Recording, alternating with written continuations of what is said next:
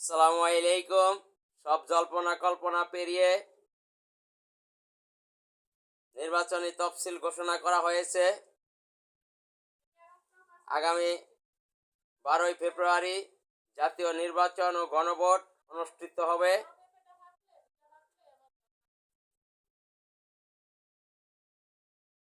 বাংলাদেশে 92% মানুষ মুসলমান। এই 92% মুসলমানের সন্তান তাদের আগে ইসলামিক জ্ঞানান্বিত করা আমাদের দায়িত্ব এবং কর্তব্য ছিল। কিন্তু বাংলাদেশের মানুষ তাদের সন্তানদেরকে যে পাশ্চাত্যদের শিক্ষায় শিক্ষিত করে,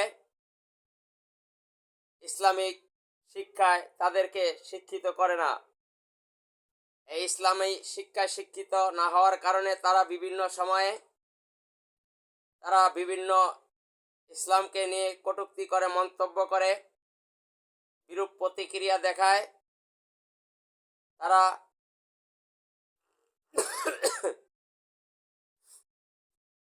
ইংরেজি শিক্ষায় শিক্ষিত হয়। ইংরেজি শিক্ষার দোষের কিছু নয়, ইংরেজি শেখা যাবে, তবে ইংরেজি শিখতে গিয়া মুসলমানদের অস্তিত্ব যেন ভুলে না যায়, সেদিকে খেয়াল রাখতে হবে, ঈমান হারা যেন না হয়। মুসলমান হিসেবে আমাদের প্রথমেই উচিত ইসলামী শিক্ষায় শিক্ষিত হওয়া, ইসলামিক জ্ঞান অর্জন করা, তারপরে অন্যান্য জ্ঞান অর্জন করা, অন্যান্য শিক্ষায় শিক্ষিত হওয়া। আজকে বাংলাদেশে বিভিন্ন সময়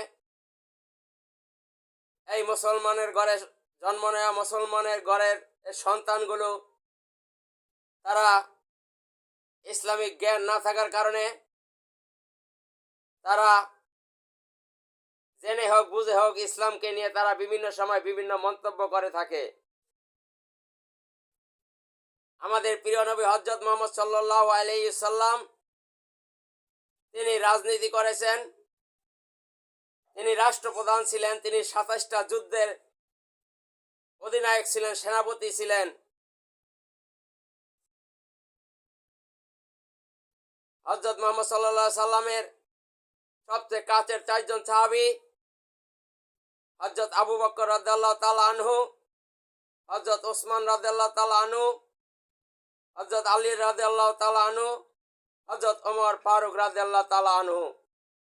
তারাও রাষ্ট্রপ্রধান ছিলেন, তারা রাষ্ট্র পরিচালনা করেছেন।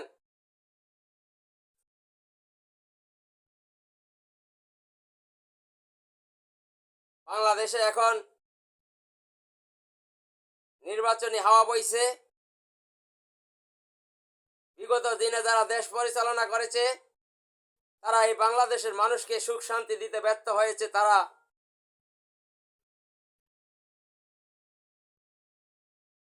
শাসনের নামে এদেশের মানুষকে শোষণ করেছে।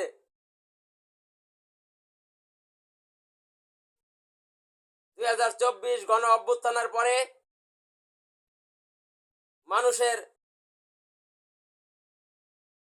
ভিতরে বিবেক জাগ্রত হয়েছে, তারা এদেশের রাজনীতিতে পরিবর্তন চায়, এই সমাজ ব্যবস্থার পরিবর্তন চায়।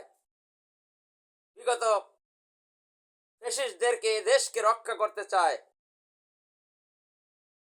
তার এই ধারাবাহিকতায় এদেশে ইসলামী শক্তির বিপ্লব ঘটবে বলে আমরা মনে করি। ইসলাম দেশ ও মানবতার কল্যাণের জন্য দেশপ্রেমিক এবং ইসলামিক শক্তিগুলো জনগণের ম্যান্ডেট একই বাক্সে আনার জন্য দিন রাত 24 ঘন্টা দেশের এক প্রান্ত থেকে আরেক প্রান্তে ইসলামিক স্কলারগণ ছুটে বেড়াচ্ছেন। এই বাংলাদেশ হবে বৈষম্যহীন বাংলাদেশ, ক্ষুধা এবং দারিদ্র্যহীন বাংলাদেশ। বাংলাদেশে কোনো বৈষম্য থাকবে না, কোনো হিংসা ভেদাভেদ থাকবে না। সকলে মিলেমিশে আমরা বাস করব সুখী এবং সমৃদ্ধশালী একটি বাংলাদেশ আমরা গড়ে তুলব ইনশাআল্লাহ। তারই ধারাবাহিকতায় ইসলামিক দলগুলো ইসলাম এবং দেশপ্রেমিক জনতা যাতে একই কাতারে আনা যায় সেই প্রচেষ্টাই চালানো হচ্ছে।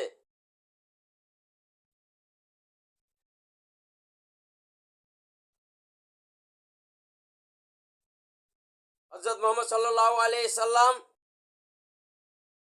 বেদিনদের সাথেও সন্ধি চুক্তি করেছিলেন, সেটা অনেক মুসলমানই জানেন না। বাংলাদেশ জামায়াত ইসলাম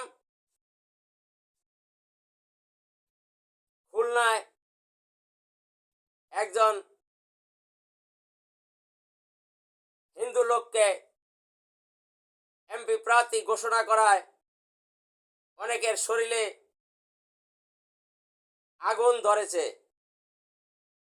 হিন্দু লোককে নমিনেশন দিল কেন?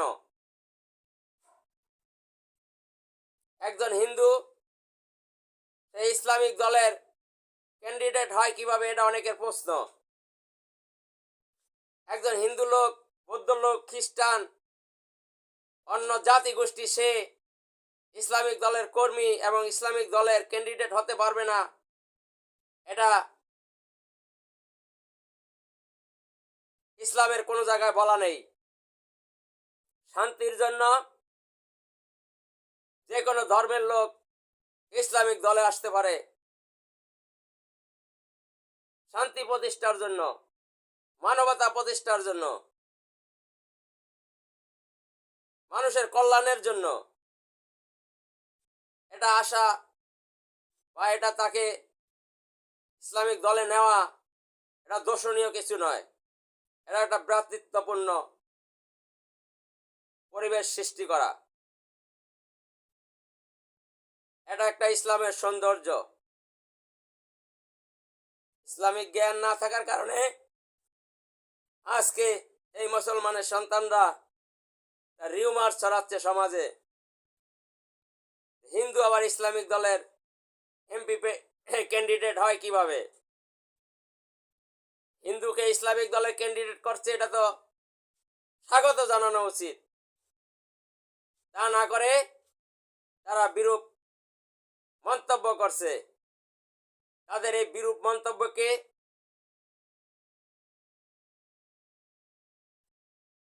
ধিক্কার জানাই এবং ইসলামী আন্দোলন বাংলাদেশ এবং বাংলাদেশ জামায়াত ইসলাম 8 দল যে সিদ্ধান্ত নিয়েছে এই সিদ্ধান্তকে স্বাগত জানাই।